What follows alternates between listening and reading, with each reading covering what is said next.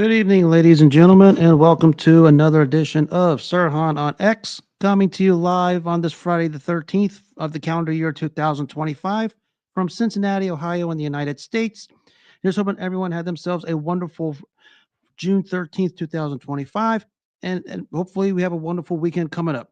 A little bit sticky here in Cincinnati because of a lot of humid, but of course, we know it is a summer, so it is coming, the sticky weather. So, those in the summertime, stay cool, stay hydrated, and just be safe. Tonight is a one topic show for a massively historical night in many ways because not only was this big for the Puerto Rican community, it was big for the city of New York, and it was a night that changed a fighter forever. This took place 39 years ago today at Madison Square Garden. It was the all Puerto Rican showdown between Hector Macho Camacho and El Chapo Edwin Rosario. Fight takes place in New York City around the time of the Puerto Rican National Parade takes place. And as we know, especially the fight game, everybody knows that is where the all Puerto Rican shows take place at Madison Square Garden. Especially we consider that Hector Camacho is from not too far from there at the time, growing up in Spanish Harlem, and that is where this historical day takes place today. Some of the things I'm going to talk about is the before, during, and after, and it spins off to the topic of what could have been athletes, wasted talent athletes, among many others, which I'll touch on at the end of the show. Now let's get right down to it. It was 39 years ago today. It was billed as Friday the 13th Resurrection. It was Hector Camacho defending his lightweight championship against Edwin Rosario. Hector Camacho, when you talk about the word talent, which we use a lot too loosely in the sports world, fit him to near perfection. We talk, especially when you talk about born in Bayamon, Puerto Rico, coming out of Spanish Harlem with one of the more decorated amateur careers that nobody talks about. You're talking about a 1978 New York Golden Gloves champion in the flyweight division, 1979 New York Golden Gloves champion in the bantamweight division, and also same thing in 1980. And not to mention a two-time inner-city Golden Gloves champion in the 119 and 125 pounds in the years 1979 and 1980, respectively. One of the fighters, when you talk about flash, ones that wowed you and that wanted to basically put on a show and got you glued to the television set because of who he was in the ring and in terms of his style, that was Hector Macho Camacho as an amateur in the early stages of his professional career. A southpaw who had the fastest jab, put together the best combinations out of the southpaw stance, and his ability to overwhelm you with speed, and especially in the lighter weight classes, was just second to none.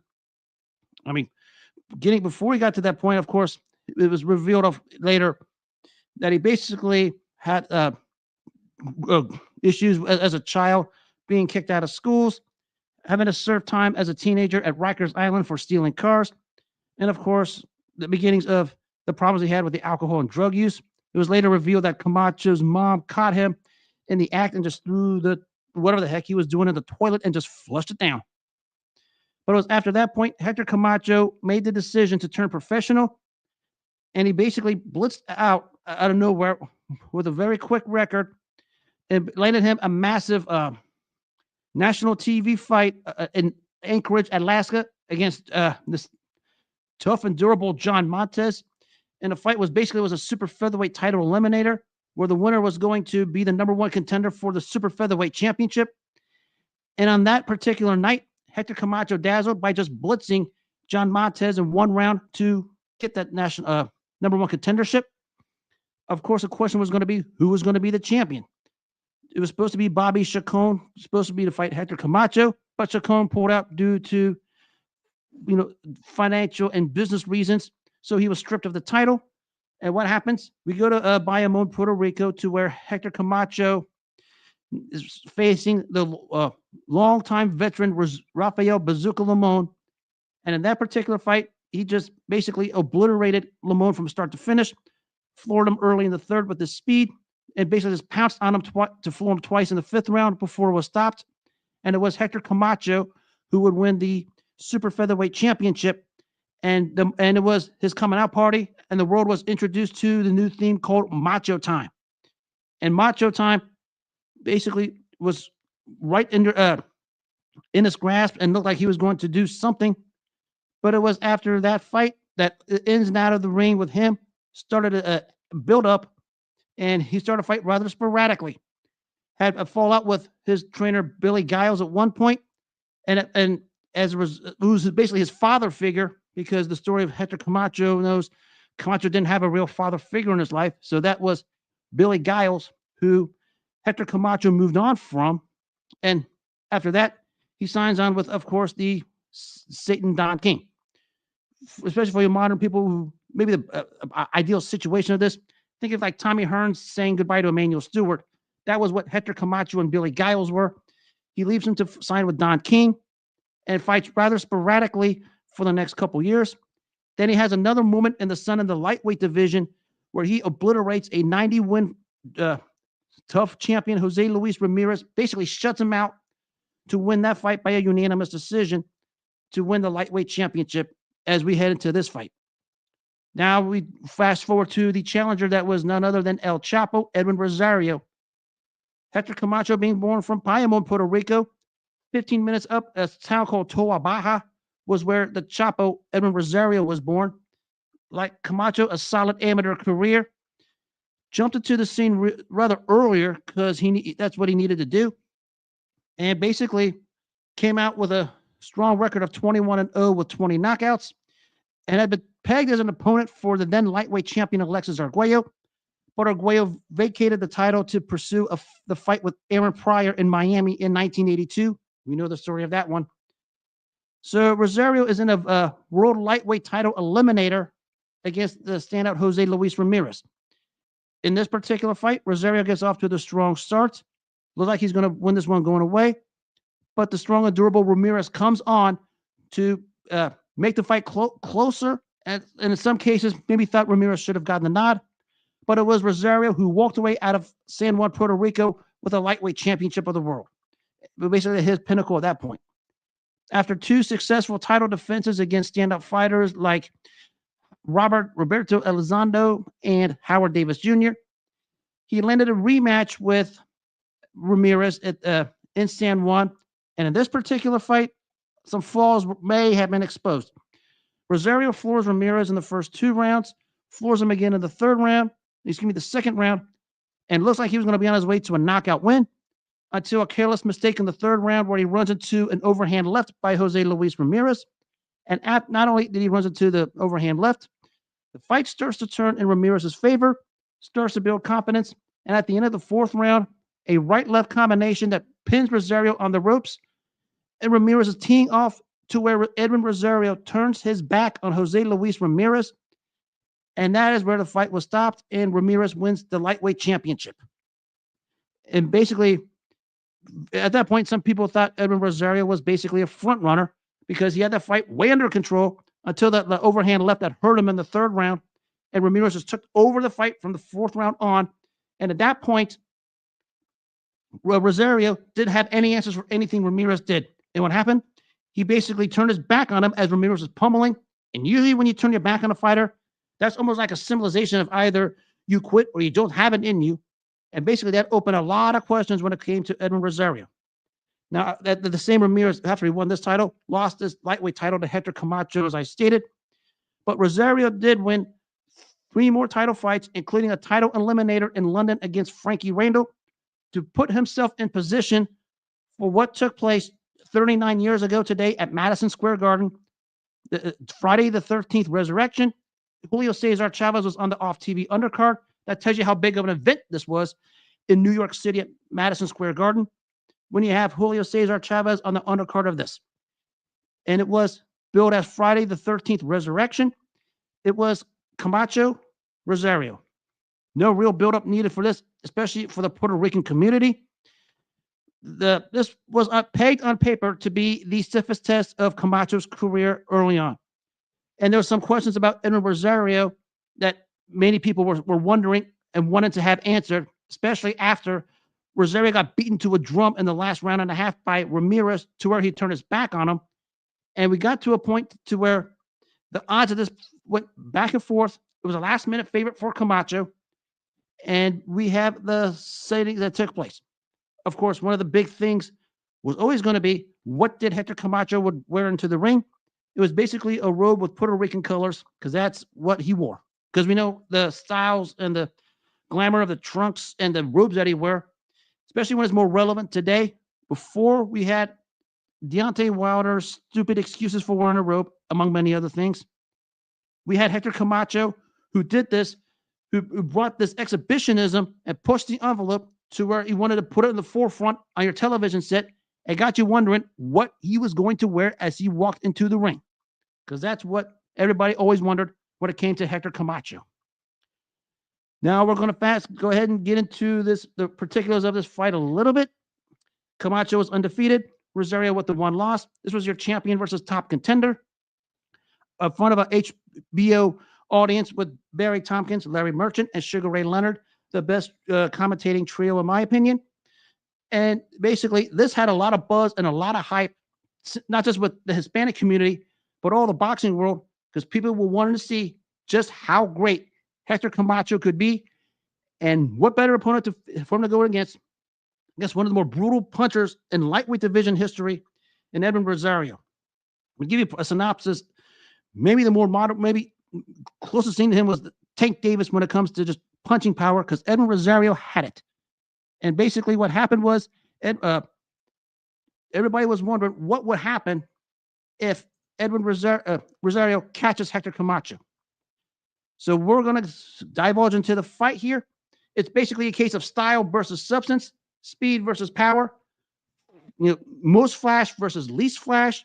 The styles are perfect matches for one another. I mean, how could you have it any other way? So we talked about the Camacho speed.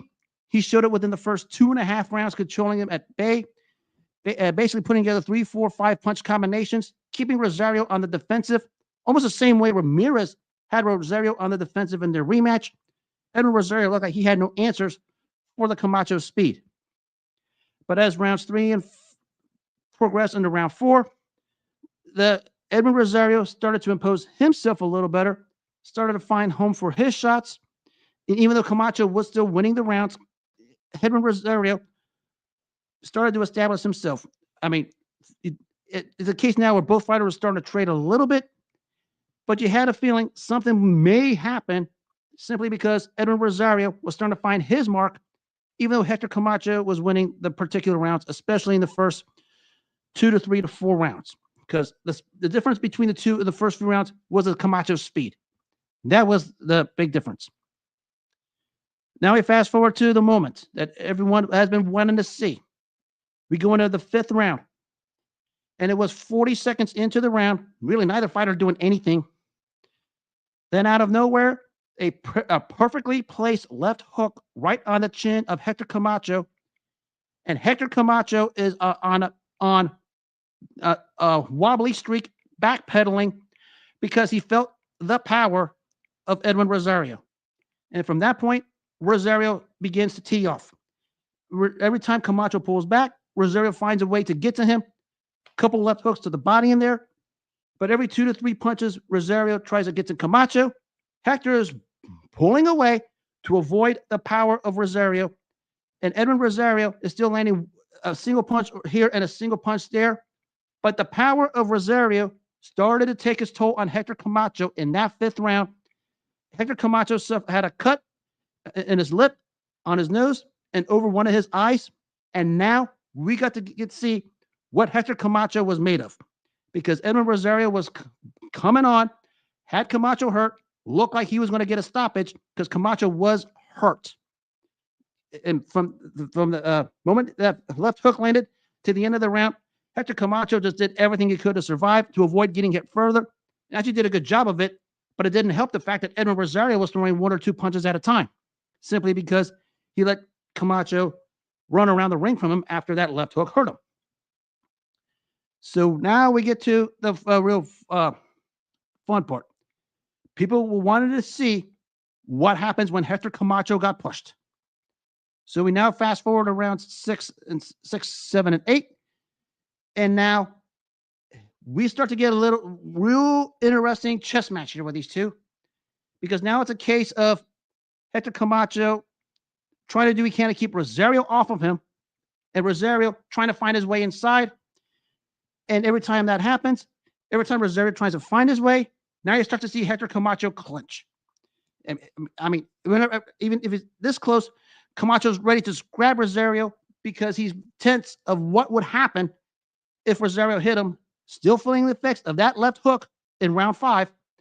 And now we have a different Hector Camacho all of a sudden, just grabbing Edwin Rosario every time Rosario came in because he got a little timid when Rosario threw that left hook in the 5th round and hurt him.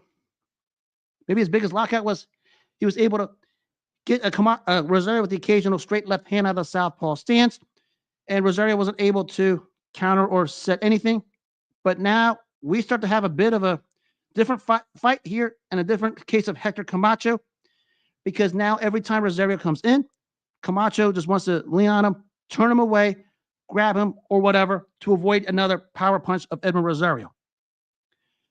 But as this fight, those next few rounds started to take place, slowly Hector Camacho starts to dig deep and find himself a little bit, especially in rounds 9 and 10, where it looked like he started to really take control of this fight, started to go back to a little bit to who Hector Camacho was, putting together the 3-4 punch combinations, keeping Rosario on the defensive. But still, as Rosario was still coming on, more holding, more clinching, more turning away by Hector Camacho, still timid after what happened in round 5.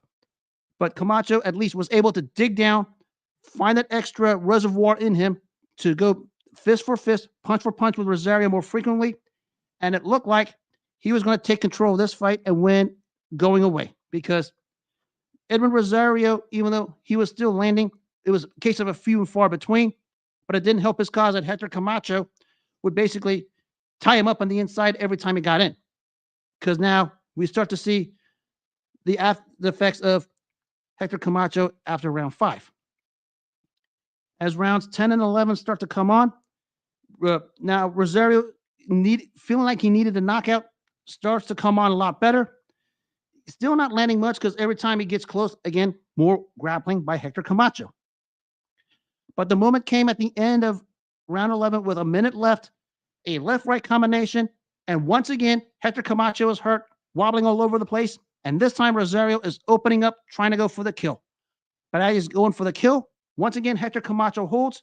Hector Camacho spins Rosario away from him to avoid getting hit. And Edwin Rosario steals round 11 rather big. And basically a round that neither guy did anything. Whoever won the last minute was going to win the round. And Rosario won that last round big. Actually, 2 of the judges gave Rosario a 10-8 round on that one. And as we move forward into round 12, after what happened in the end of round 11, Hector Camacho just wants to survive the round, okay? I mean, he feels like he won the fight. And basically, he doesn't want to get tied with anything because we know Rosario tagged him twice bigly and hurt him bigly in that particular fight.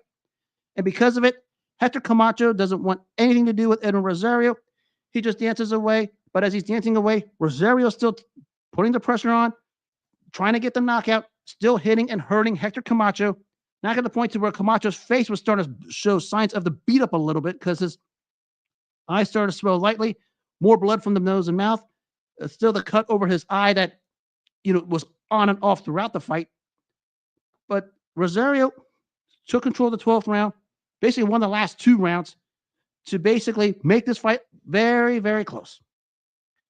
And in front of 10,500 people in Madison Square Garden, basically Puerto Rican, split down the middle between Camacho and Rosario. They complete the 12-round distance. In a tense moment, we go to the scorecards for this one. And this one was one that basically had everyone on pins and needles because it was, split in the crowd, half Camacho, half Rosario. One judge scores a fight 115-113 Camacho, another one 114-113 Rosario, and the other one was 115-113. And your split decision winner in the midst of a bunch of boos in Madison Square Garden was Hector Macho Camacho. He gets the split decision, escapes of wrath of hard punches and really hard periods from Edwin Rosario to where he just at times he went into survival mode. I mean, whenever Rosario really clobbered him, Hector Camacho resorted to surviving. And that's what happened in this particular fight. And of course, it sparks all kinds of debate as to who won this fight. because there's a lot of close rounds.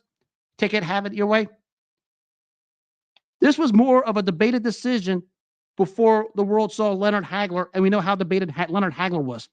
For the Hispanic and Puerto Rican community, everyone still asks who won between Hector Camacho and Edwin Rosario, June 13th, 1986, at Madison Square Garden. They're still asking it.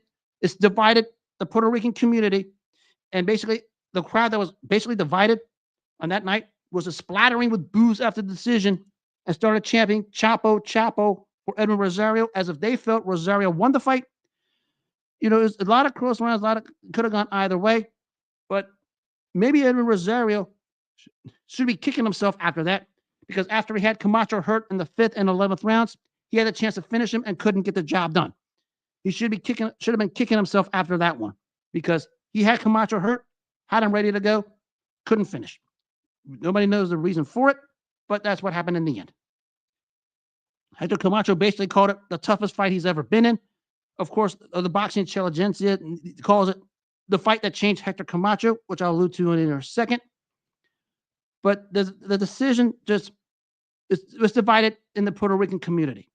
I mean, just as divided as Leonard Hagler is, 30 some odd years later after that fight in 87. But when you look at what happened in round 5 of that fight, when that left hook by Edwin Rosario starched Hector Camacho and had Hector Camacho on jelly legs, you had a feeling things were going to get topsy-turvy for him. And from that point forward, things really got topsy-turvy for Hector Camacho. The next few rounds after that started to fight more out of 1-2 clinch, 1-2 clinch, although he had some more moments later on as the fight went on. But from that moment, you had a feeling it was going to get topsy-turvy for Hector Camacho. But what nobody knew was from that point to the rest of the way was a career of Hector Camacho and life of Hector Camacho really got topsy-turvy. Because it was later revealed in the Showtime documentary, for those that seen it in the fight community, you guys know Macho, the Hector Camacho story. One of the best friends saw him after the fight in the hotel room, and basically Hector Camacho asked the friend, how did I look? And even the friend told him, you got beat up. I mean, the cuts, the blood, the marks on the face. I mean, as he was walking around the ring on the HBO camera when they were announcing the decision, it's clear as day that he got beat up quite good. And basically, what we don't know was he didn't like it. And now, basically, he said, okay, so this is what I've been doing to fighters all along, and now I'm the victim of this. I don't like it. And it was from that point forward, everything started to get real topsy-turvy, real a total changeover in Hector Camacho took place from that point to that 5th round moment where that left hook clobbered him for what's about to happen. Because it was from that point, all the inconsistencies of Hector Camacho became even more inconsistent because he fought less frequently. And when he fought, his performances were so hit and miss against, not the greatest opposition in the world.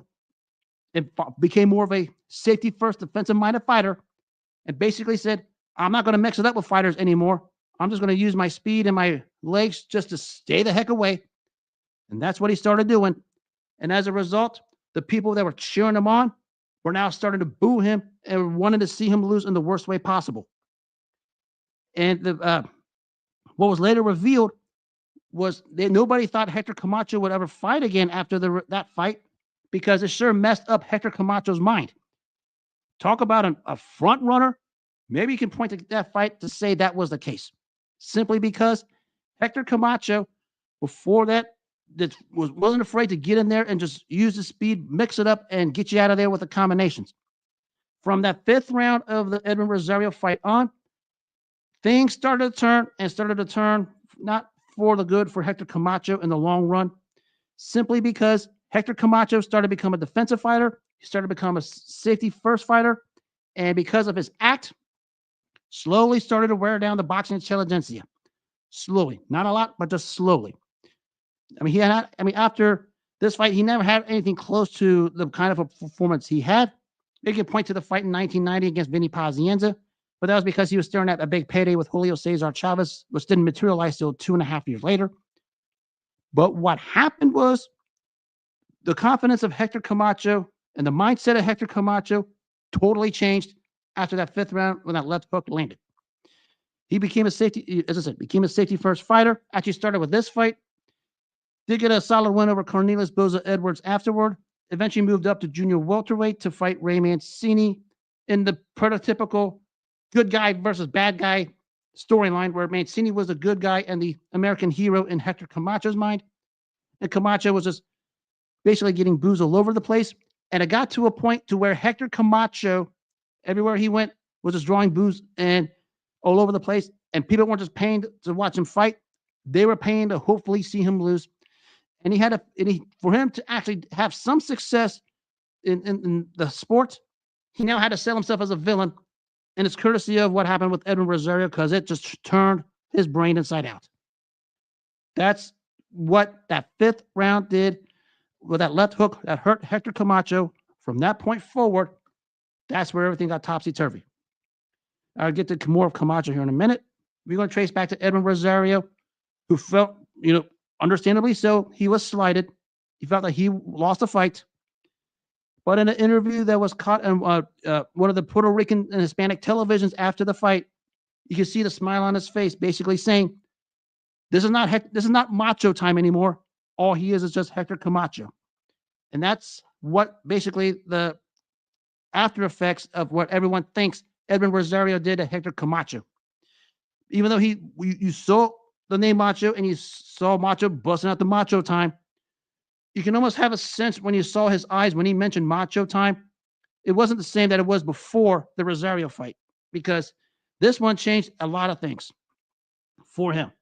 I said for him, but even for Rosario, because he still managed to get a title shot in his next fight when he obliterated Livingstone Bramble in 2 rounds. Got a couple more title defenses, but then he had his on November 21st, 1987, when he got begludgeoned by Julio Cesar Chavez from start to finish.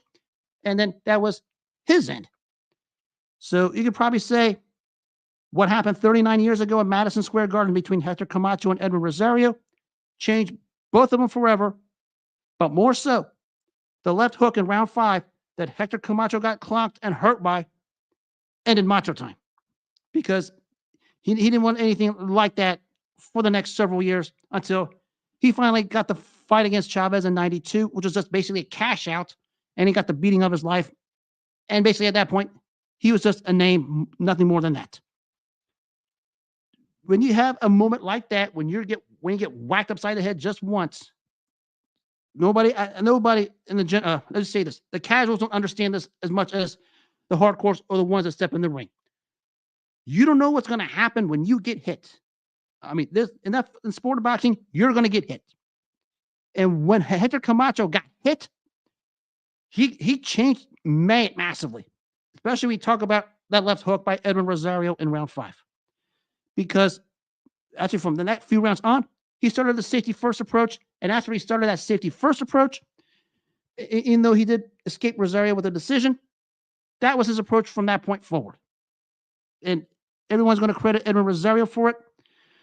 Part of it was Hector Camacho didn't like this idea that he could be when something happens to him and he gets pushed, he didn't like the idea that he was going to have to dig deep. I mean, he was forced to dig deep for this fight, but it didn't help that Edwin Rosario let him off the hook twice. That's what happened. And as a result, Camacho escaped with a narrow split decision win. Debated, it's just as debated as Leonard Hagler, April 6, 1987. That's how debated Camacho-Rosario is. But when you point to that moment in round 5 when he got hit, that you could probably say that was it. I mean, it was still macho time, but the macho time before the Rosario fight had a little bit of pizzazz and a little bit of sizzle than it did after the fight. Now, Hector Camacho just became a showman with the outlandish outfits that entered the ring that made you wonder what he was going to wear into the ring.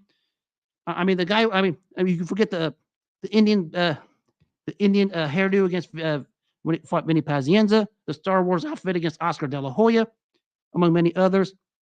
But that's what Hector Camacho became after the Rosario fight.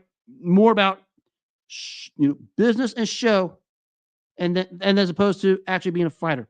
He did get a world title against winner Ray Mancini. Got a couple good performances, but you had a feeling at some point for Hector Camacho, the end was really going to come. He tried to string it out the best way possible, but he had the wild two-fight series against Greg Haugen in 1991, which had everything and then some. You had a feeling at that point the post-Rosario version of Camacho was on borrowed time because that's what essentially happened. And then 1992, the real end came when he just got obliterated by Julio Cesar Chavez in a fight that was 5 years past its expiration date. But he wouldn't have, whether he could beat Chavez in his prime is another thing. I wouldn't go that far because Camacho was more peaks and valleys. Chavez was more on a sustained straight excellence, who was still trending up. That to tell you what happened with Hector Camacho after the Rosario fight. A surreally talented fighter, especially we talk about his amateur background and before the fight.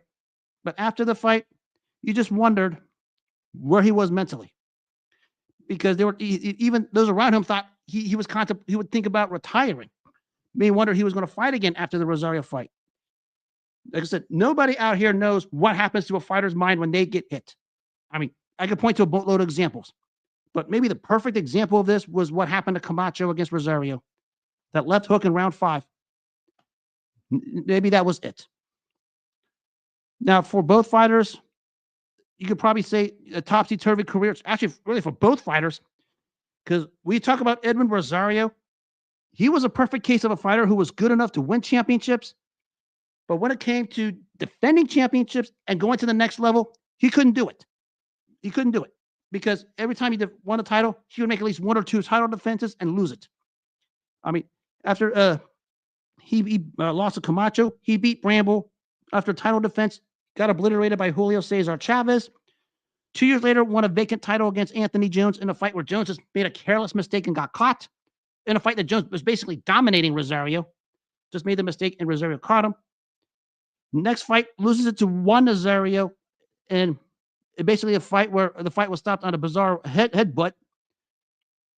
Has a turn back the hands performance in 1991 against Loreto Garza, but in his next fight, everything that happened to him was his end game when he fought an unknown named Akinobu Hironaka down in Mexico, and he was staring at a multi-million-dollar rematches with Camacho and Chavez, and Hironaka just blasted him in less than a round. Fight actually faster than Tyson Spinks. That's how fast Akinobu Hironaka got rid of Edwin Rosario. But during that time, like Camacho, Rosario himself found himself in rapid alcohol and drug abuse, and it was later revealed that after an attempted comeback, he had to go to he was not feeling well because he had another fight coming up. So he had to pull out of that. He went to his parents' house to stay because he wasn't feeling well. So he goes into the room, lays aside of his father, and as that happened, he passes away due to what I believe is turned out, if I can pull this correctly here, Edwin Rosario. But the feeling is his battle with alcohol and drug abuse, especially with pain pills, which has been common, especially in the Hispanic community, was what happened with Edwin Rosario. You're talking about one of the fighters there, like Camacho, which I'm going to touch on here in a second, fighters that should have been more than what they were. Both of these. I talked about Camacho after the Rosario fight, left a lot of greatness on the table simply because he wanted to be a showman and was about the dollars.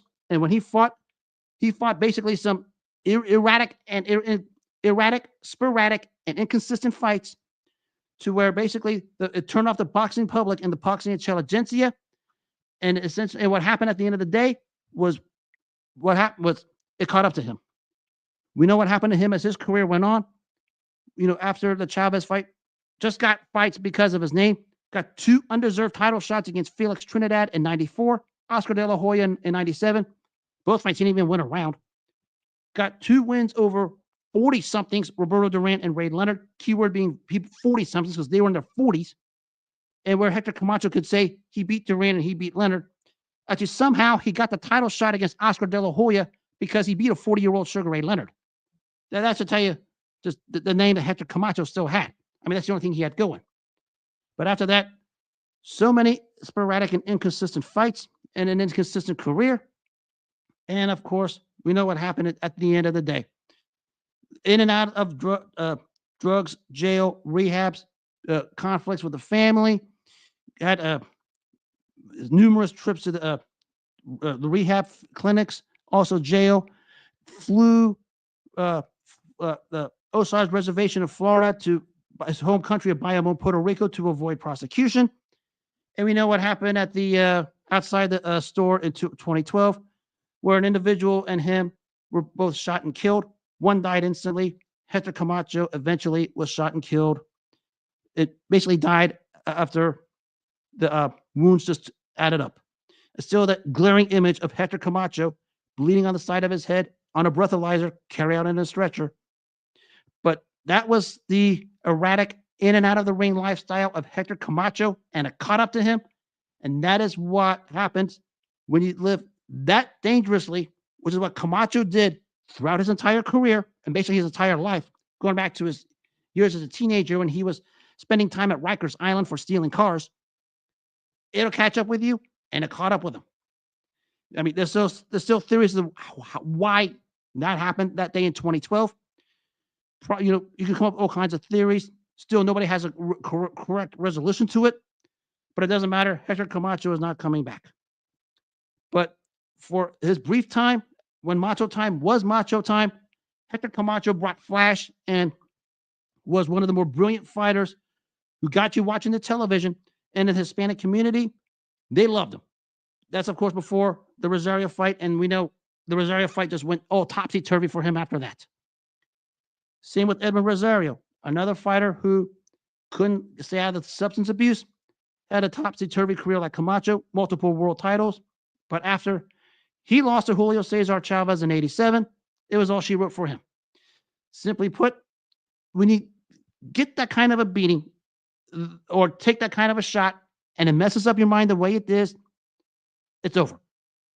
I mean, that's what happened to Camacho after Rosario. That's what happened to Rosario after Chavez. And of course, 5 years later after that, it was Chavez who finished what was left of Hector Camacho. This fight, it's always going to be debated. It was a fun event, but in a way, you could probably say it was a sad event simply because both guys should have been more than what they were after this. Now, we talk about, athletes that, didn't fulfill their potential. These two, when it comes to the sport of boxing, fit it because both guys had the future in their hands, had it. They had a chance to be more than what they were, didn't get to that point. Yes, Edwin Rosario is a 2006 International Boxing Hall of Famer. Well-deserved. No denying that. Hector Camacho, 2016 International Boxing Hall of Famer, posthumously. Well-deserved. Excuse me, no debate. They both deserve their spots. But sometimes, even though you deserve your spots, you sometimes want to look back and say, could there have been more? That's Hector Camacho and Edwin Rosario when you think of this fight before and after. Maybe from the point of view of Hector Camacho, the Rosario fight, that punch in round 5 was it. Simply because when you get hit like that and your mindset goes the way it did after the fight, as it was revealed in the documentary on Showtime, you could probably say just mentally, that was it. Physically, you could say he was all there. I mean, you could probably physically, it's all there. I mean, Hector Camacho stayed in shape, especially when he found a way to stay off the alcohol and drugs. We all know that. But mentally, was he really all there? I mean, he was contemplating retirement after the Rosario fight. It was revealed in the Showtime documentary. But who knows? I mean, we know the life changed. We know everything with him changed, so that we can't change history out of that one. But it does make you wonder, what if? And that's what Hector Camacho was. Same with Edwin Rosario.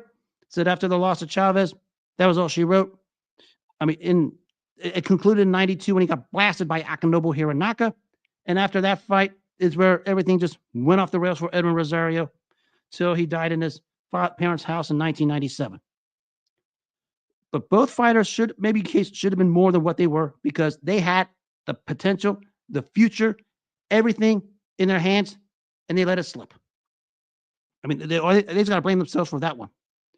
I mean, especially when we talk about why Hector Camacho in 2012 at age 50 is still in the streets partying in Puerto Rico and finding himself in a situation where with an individual outside some store in Bayamon, Puerto Rico, where it's crime filled. And even Hector Camacho Jr. acknowledged this. He told him straight up, it's dangerous. Hector Camacho just couldn't get that macho out of him. We talk about the macho persona. He tried to live it outside the ring, even at age 50, in a very crime-filled environment in Bayamon, Puerto Rico.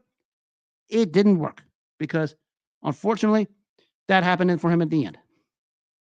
So these two guys were among some of the other all-time great fighters who should have been more than what they were. We talk about the sport of boxing. We have a boatload of these.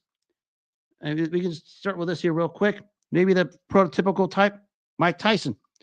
We know the story here with him, obviously. He had it all after he beat Michael Spinks in 88. What does he do? Sign with Don King, marry Robin Givens, lose to James Buster Douglas, and that was all she wrote. And after that point, Tyson, we know what happened with Tyson afterwards. The 3-year prison sentence, the biting of Evander Holyfield's ear, trying to rip Francois Botha's arm off, got knocked out by Lennox Lewis. So yeah, Mike Tyson was another one. Had a chance to be better than what he was, but never got to that point. So yeah, there's one of them. One of them here, two of them here in Cincinnati. Adrian Bronner. Everybody knows about that. The more modern one. Even though he won multiple titles, can't seem to find himself away from jail. Why? Because he wants to put himself in jail many, many times if he can. That's another one. Aaron Pryor, stellar, probably the greatest junior welterweight of all time, but still marred by what happened in that first fight against Alexis Arguello, where it was revealed that Panama Lewis, the trainer, had a mixed substance in one of the bottles to give it to Aaron Pryor. Give me the bottle of the one I mixed. We know the story about that one. Spun off to his battles with alcohol and drug abuse, but maybe to where he got knocked out in his last fight by some fighter named Bobby Joe Young with a mediocre punch. That was the end of him. Tommy Morrison. I mean, basically, a quote, great white hype, got a movie gig in Rocky V with Sylvester Stallone. But when he got pounded by Ray Mercer, that was it. And after that, he did get a smart win over George Foreman. After that, didn't amount to anything. Got blasted by Michael Bent. Got a gift decision against Ross Purity. It was obliterated by Lennox Lewis. And of course, the partying outside the ring, the HIV diagnosis, in and out of jails till he passed in 2013. Guy I mentioned the other day was one, Jerry Cooney. After losing to Larry Holmes in 82, alcohol and substance abuse himself till he retired in 1990 when he got obliterated by George Foreman. Oliver McCall, very inconsistent from start to finish. Had his 5 minutes of fame when he knocked out Lennox Lewis, but that was it. Could never stay after alcohol and drugs. Among many, many others, of course, Edwin Valero. I mean, basically, his career was cut short because he killed his wife. Then he killed himself in a jail cell. That's another one. We talk about some of the other athletes that's sort of the same thing. Start with the NBA. A player named Roy Tarpley. It was a 6th man of the year in the 1984-85 season. Was got the Mavs within one game of the 88 finals, but multiple suspensions of the NBA's substance abuse policy set him out for 3 years. When he tried to come back, the NBA kicked him out because he violated the terms of the aftercare. That's another one. Actually, a solid big man who at one point was averaging 19 of 14. I mean, that should tell you something about him right there. Another one here, actually, we'll go here a little. Who can forget the New England Patriot, Aaron Hernandez? We know the story there. I mean, we know what happened. I mean, premier college football player, part of what he was going on gangster-wise. Sentenced to life in prison till he was found dead in his prison cell. Another waste of talent that threw himself down the tubes. Of course, Antonio Brown. We know what happened with him and the Pittsburgh Steelers. Just in the news recently for the wrong reasons. I mean, it's always something with him. Basically off the field, and you can't do anything about it. That's his own undoing. There's another one. We talk about Vince Young, standout player at Texas. Of course, was the quarterback of probably the greatest collegiate title game in NCAA history when Texas played USC and led the Texas to the upset win that at that time. Looked like he was going to amount to something in the NFL, but basically didn't amount to anything. And after that, he retired in 2014, filed for Chapter 11 bankruptcy. There's another one you could probably point to there. Lawrence Phillips, maybe like the Hector Camacho of football at this time. I mean, all the talent in the world, top flight player. I mean, you're talking about leading the Nebraska Cornhuskers to the 1994 title. In 1995, was basically arrested for assaulting an ex girlfriend, served a suspension, picked sixth overall in the Rams, in and out of jail. But the last time he was in jail, he basically killed himself as a way to get out of the legal trouble. Lawrence Phillips, phenomenal talent, but another waste of talent because he couldn't stay out of legal trouble. I could point to many others. We had one here in Matt Bush, the standout pitcher at one point for the San Diego Padres, couldn't stop DUIs, and because of it, he was basically done real fast. I mean, standout pitcher for San Diego, spent time in Tampa Bay, Devil Rays, among many others. Maybe it's something in the misfortunate way. Brian Bosworth, remember him in the NFL? I mean, the big stud was a two-time All-American, Dick Butkus Award winner in Oklahoma, part of the 1995 national title for the Oklahoma Sooners. Was picked in the Seattle Seahawks, signed at that time the biggest rookie contract in NFL history, 10 years of $11 million. But basically, injuries just added up. That's one of the falls in the category of misfortunes. But Bosworth was an it guy himself also. Maybe the prototypical when it comes to NFL quarterbacks. Actually, two of them. Jamarcus Russell of the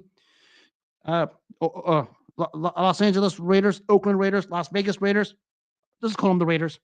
You know the story here. Had a massive record at LSU, but when he went to the Raiders, had a holdout because he didn't get the money that he wanted, and because of the lengthy holdout, his career just went to the tubes faster than fast. I mean, talking about a 7-18 record, basically a 30, only 18 touchdowns, 23 interceptions, but basically it was all she wrote for him. His 5 minutes of fame were up basically before it started because of the holdout. Ryan Leaf, we know the story with him: immaturity, substance abuse, among many others. But one thing I'll give Ryan Leaf, he turned his life around, and you got to give him kudos for that.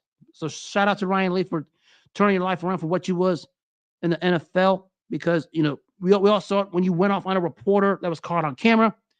Basically, the attitude, the immaturity, and of course, all the in and out of jails and rehabs. Now you're trying to make something of yourself, so you deserve respect for that. That's among many other things. And in there is, we talk about for boxing, Hector Camacho and Edwin Rosario, because there were two guys, like many of the athletes I mentioned, had the chance to be something more than what they were, had the chance to be something special, and for some odd reason, they didn't get it done. Even though they did manage to win world titles, you had a feeling still something was missing for both of them. And we talk about the fight as I wrap this up. And this is for everyone, especially the casuals in the boxing community. You don't know what goes through a fighter's mind when they get hit. It doesn't matter. I mean, you think it's easy to just go in there and take a punch.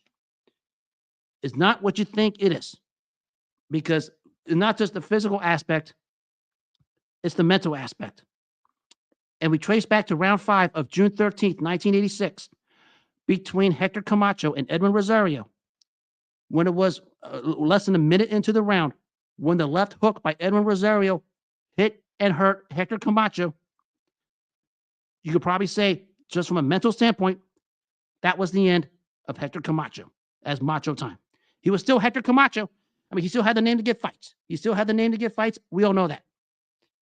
But the Macho Time that everyone knew it and was basically a forefront of all the televisions, all the magazines, all the publications back in the early 80s coming out of Spanish Harlem was gone. You don't know how much of impact one punch like that could do to a fighter's confidence, his mind, or psyche. Ask everyone around there who saw Hector Camacho's psyche after the Rosario fight, because even some of them thought it was definitely going to be the end of Hector Camacho, because they thought he was going to retire. That one left hook changed many things, forever. Phenomenal fighters, but that moment, you could probably say that was all she wrote for Hector Camacho. Just a terrific, terrific fight. And for those of you who don't think because you can't get hit, it's easy to get hit and you can just dodge it off, think again. That's why people were wondering what happened to Hector Camacho after Edwin Rosario clonked him. And it's still asked to this day because Hector Camacho was special before then. And he was tremendously special. Pull up the footage before the Rosario fight. Pull it up after the fight. A lot of the newbies still want to nitpick Camacho style after the Rosario fight. Let me remind you, before the Rosario fight, he was a thing of beauty. Before Roy Jones, before Manny Pacquiao, and even before Meldrick Taylor, who himself had the fastest hands in the sport, and even at a time when Sugar Ray Leonard was on his retirement, when it comes to flash and hand speed, for that time, you wasn't topping Hector Camacho. You wasn't. And for Edwin Rosario, a fighter who was a premier puncher, but if you could take his punch, you could get to him. Jose Luis Ramirez did. Julio Cesar Chavez did. Hector Camacho found a way to do it. And Akinobu Hironaka just swarmed him for his endgame in 1992. Both fighters were just phenomenal, but they should have been more than what they were. But the end, really, for both fighters, came in round 5 of this fight when that left hook by Rosario hit Camacho. Camacho mentally changed. Rosario had the chance to finish it, but didn't. And he's probably the gates of heaven kicking himself about that one. Maybe they're having Rosario Camacho 2 up there right now with a star-studded audience. And that'll wrap up this edition of Sirhan on X. I hope everyone has themselves a wonderful 13th of June 2025 and a wonderful rest of the weekend. As always, make self-care your number one priority in life. Take care of yourself first before you take care of anything else. If you don't take care of yourself first, nothing else matters. If you do take care of yourself first, good things will always follow. For those that missed out on the show, you can catch me on the Apple Podcast, iHeartRadio, and Spotify apps as this replay will be uploaded here after tonight. You can more welcome to listen to me on those platforms. But until then, have a good rest of the night and weekend. I will be back Monday night. Good night. Take care and God bless.